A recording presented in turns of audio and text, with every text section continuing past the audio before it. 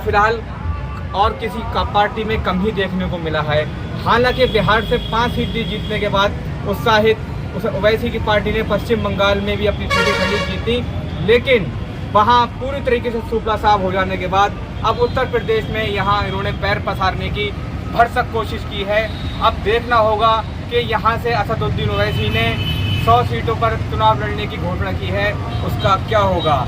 एक और असदुद्दीन ओवैसी लगातार अपने हुकूक की बात करते हैं, मुसलमानों के हुकूक की बात करते हैं, दलित मुस्लिम एकता की बात करते हैं, तो वहीं दूसरी ओर जो अन्य कथित धर्मनिरपेक्ष दल हैं वो लगातार असदुद्दीन ओवैसी पर बी टीम, भाजपा की बी टीम का आरोप लगाते हैं।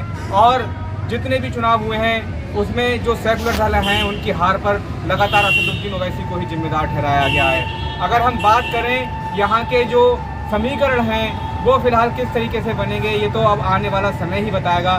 फिलहाल असदुद्दीन ओवैसी यहाँ उत्तर प्रदेश में अकेले ही दिखाई दे रहे हैं, क्योंकि उनका जो भागीदारी संकल्प मोर्चा था उससे अब ओम प्रकाश राजभर भाग गए हैं। बरेली की बात करें तो यहाँ फिलहाल अभी तक जो 4 सीटें हैं उनको मुस्लिम डोमिनेटेड माना जा सकता है, जिनमें भोजपुरा शहर, बहेड़ी और बिथरी की सीट शामिल हैं। शहर विधानसभा से यहाँ पार्टी ने एक ऐसे चेहरे पर दांव लगाने की कोशिश की है जो काफ़ी चर्चित नाम रहे हैं बरेली के, शाहीन रज़ा खां उर्फ राजू शमीम। राजू शमीम बरेली की सियासत और बरेली के लोगों में जाना पहचाना नाम है। ये एक बार 2007 में एमएलए और 2006 में मेयर का चुनाव भी लड़ चुके हैं और अपनी समाज सेवा को लेकर काफ़ी एक्टिव भी रहते हैं। राजू शमीम इस वक्त हमारे साथ यहाँ बरेली से मौजूद हैं। उनकी आगे की रणनीति और तमाम मुद्दों पर उनसे बातचीत होगी। राजू भाई, बहुत बहुत स्वागत है आपका। मैं शाहीन रज़ा खान और राजू शमीम बरेली से 124 विधानसभा का प्रत्याशी के रूप में मैं मेहनत कर रहा हूं और लोगों को घूम घूम कर बता रहा हूं ओवैसी साहब को कि ओवैसी साहब ही एक ऐसा चेहरा है जो मुसलमानों के लिए जो है हुकूक की लड़ाई, हक की लड़ाई लड़ने वाले एक ऐसे व्यक्ति हैं जो मुसलमानों की आवाज़ पार्लियामेंट में उठाने वाले हैं। अगर हम बात करते हैं 124 शहर विधानसभा, आज़ादी के बाद से अब तक बहुत समाजवादी पार्टी जैसा दल यहाँ नहीं जीत पाया है, कांग्रेस जैसा। ऐसे में आपकी एक ऐसी पार्टी जिसका ना संगठन है ना अभी इतना बड़ा कोई जनाधार है, ऐसी पार्टी से चुनाव जीतना चाह रहे हैं या चुनाव हराने के लिए खड़े होना चाह रहे हैं? इंशाअल्लाह ताला चुनाव जीता जाएगा और सारे लोग जो भी जितने भी प्रत्याशी हों, सपा से हों या बीजेपी से हों या बसपा से हों, सारे प्रत्याशी जीतने के लिए आते हैं, हारने के लिए कोई प्रत्याशी नहीं आता। क्या समीकरण है शहर विधानसभा में और कौन सा फार्मूला है जो आप फिलहाल? फार्मूला है हमारी समाज सेवा।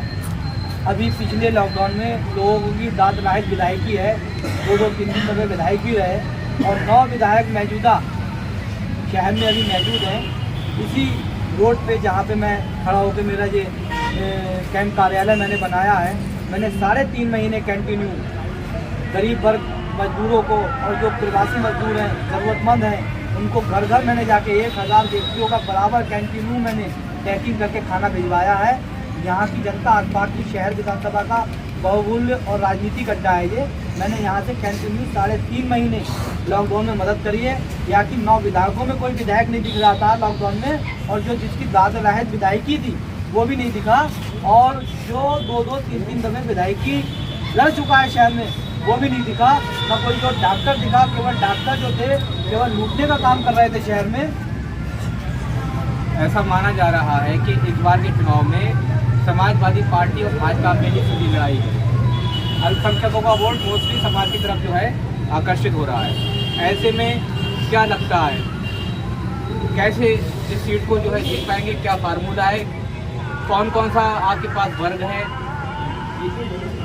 हमारे पास में सारे वर्ग हैं, ऐसी भाई भी हमारे साथ में और वर्ग के लोग भी हमारे साथ में, जिसने हमारी समाज सेवा देखी है अभी तक। 2013 में हमने अपनी एक NGO कन्या सुरक्षा विकास समिति के नाम से रजिस्टर्ड करवाई है। हम उसी की बेटियों का काम करते हैं, बेटियों की मदद करते हैं, बेटियों की सुरक्षा की बात करते हैं और बराबर बेटियों के लिए जहाँ जो भी होती है हम मदद करते हैं। और कन्या भ्रूण हत्या रोकने के बहुत बड़े इसमें हम लगे हैं। और मिशन शक्ति का भी हमने महिलाओं के उसमें मिशन शक्ति का भी हमने सहयोग करा है। हर बार में जो एंटी बीजेपी बोलते वो बढ़ता रहता है, बसपा सपा कांग्रेस अन्य दलों को भी जाता है। इस बार भी अगर आप खड़े हो रहे हैं, सपा भी होगी, बसपा भी होगी, कांग्रेस भी होगी, फिर आपको नहीं लगता कि सारा वोट बढ़ेगा, फिर बीजेपी चुनाव जीत जाएगी?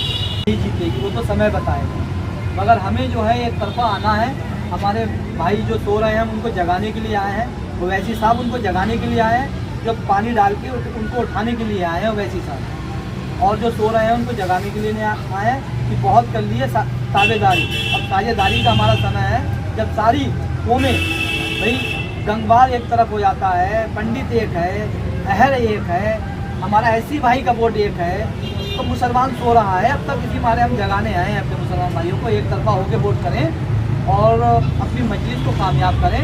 और जो भाई आपका होगा वही आपका आवाज़ उठाएगा। आप अपनी पर्सनल छवि से आपका चुनाव निकालना चाह रहे हैं या पार्टी के हिसाब से? देखिए मेरा तो एक ये है कि मैं समाज सेवी हूँ, कोई भी है, मैं समाज सेवा के लिए आया हूँ, अपने भाइयों को जगाने के लिए आया हूँ। मुझे मेरे पास में ईश्वर का दिया हुआ, मालिक का दिया हुआ, खुदा का दिया हुआ सब कुछ है, मगर मैं ये दिखाना चाहता हूँ लोगों की कैसे मदद हो। हमने अभी सर्वे किया था, 1 महीने से लगातार कर भी रहे हैं। उसमें इस बार लोगों का ये कहना था, हम नहीं कह रहे, लोगों का ये कहना था कि माहौल बहुत ख़राब है प्रदेश का या देश का। इस बार जो भाजपा को हराएगा वो उसको वोट देंगे। उसमें मोस्टली अखिलेश यादव का नाम ज़्यादा ले रहे हैं अब।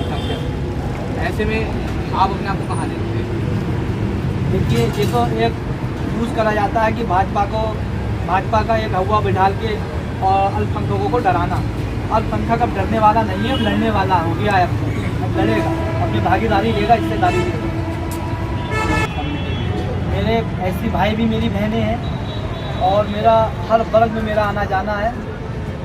हर वर्ग में मैं सभी से मिलता जुलता हूँ।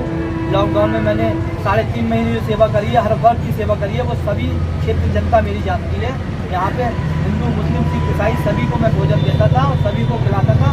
जो जिस टाइम में लॉकडाउन से आदमी मास्क लगा के 3 मीटर की दूरी बना के रखता था, उस समय मैं उन्हें खाना खिलाता था, बैठ के बिठाल के उनके घरों में पहुँचाता था।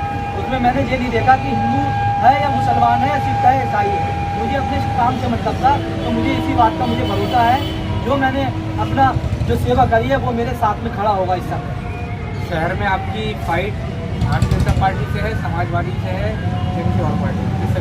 हमारी किसी से कोई फाइट नहीं है, हमारी फाइट किसी से नहीं है। हम अपने आप में मजबूत हैं और हम सभी की जबान तेजब करवाने वाले हैं। हिंदू मुसलमान सारा बोला इन मुद्दों पर विधानसभा के चुनाव लड़ेंगे। मुद्दे हमारे सबसे पहला बड़ा मुद्दा है, जो भाजपा के मेयर जो इस टाइम में उमेश गौतम साहब हैं, उन्होंने अपनी यूनिवर्सिटी को बचाने के लिए गरीब जनता, उसमें ऐसी भाई भी हमारा रहता है, उसमें हमारा हर वर्ग का, हिंदू मुसलमान सभी वर्ग रहता है, उस शहर को बचाने के लिए हम काम करेंगे। कूड़ा घाट हटवाने का काम करेंगे। बागरगंज को जहाँ पे जो कूड़े का प्लांट बना है, ये जिम्मेदारी है, जहाँ पे कूड़े का प्लांट बना है, हम शहर विधायक बने, अपने शहर में कूड़ा नहीं पड़ने देंगे। शहर विधानसभा में आपको लगता है पिछले 2 बार से बीजेपी के विधायक हैं, अपेक्षित विकास हुआ है शहर में? सब विधायक 5 करोड़ रुपए दे के आते हैं, 5 करोड़ रुपए बांटते हैं, दलालों में खर्च करते हैं, फिर 10 करोड़ का ब्याज निकालते हैं, अपने घरों में बैठे रहते हैं। और डॉक्टर लोग जो है एक लॉबी को लड़ा देते हैं, एक डॉक्टर बना देते हैं, और जो मर जाता है ना, उसके बाद में जब मर जाता है उसका भी पूरा बिल लेकर लाश को देते हैं। डॉक्टर लॉबी लड़ती है चुनाव, कि डॉक्टर कोई नहीं लड़ता है, पूरी डॉक्टर लॉबी लड़वाती है गरीब जनता को मारने के लिए। भारतीय जनता पार्टी की सरकार के बारे में क्या ख्याल है? कैसी चल रही है? कार्य हो रहे हैं? विकास कार्यों को कितने % सहयोग हो रही है? देखिए विकास का कोई नाम नहीं, विकास कहीं हुआ ही नहीं। ये विकास जो आज जो दिख रहा है, ये 2000 का हमारा प्रोजेक्ट है। सबसे बड़ी आप ये बताइए, बरेली की जनता को किसने ठगा है? सबसे बड़ा ठगने वाले हमारे मुलायम सिंह जी हैं। मुलायम सिंह जी उस टाइम में रक्षा मंत्री थे, हमारे मंडल को हमारा कमज़ोर बना दिया। हमारे मंडल को, हमारे बरेली मंडल को, बरेली की 9 सीटें, हमारा बरेली मंडल उत्तराखंड की राजधानी होता।